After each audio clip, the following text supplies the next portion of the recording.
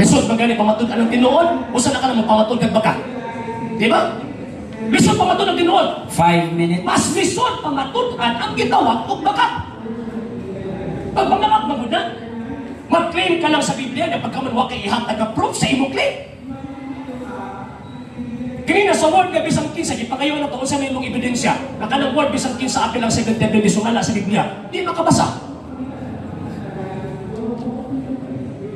So mana mga siya mga ma'am, gusto nga man nagtanaw actually worldwide nga to ang gihimo nga activity.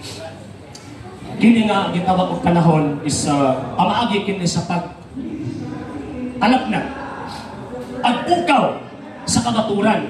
Unya ang mga inosenteng Katoliko na nagtanaw ni ini karon panahon na. Malig-on ang pagtuo kay makit-an sa mga Katoliko kinsa ning mga taong mga bakakon nagsipit-sipit o Biblia, gigamit ang Biblia sa pagpangulat. So Mr. Moderator, i-wave na ko ang ako ang time, Mr. Moderator, para at dagan sa question. Okay, the negative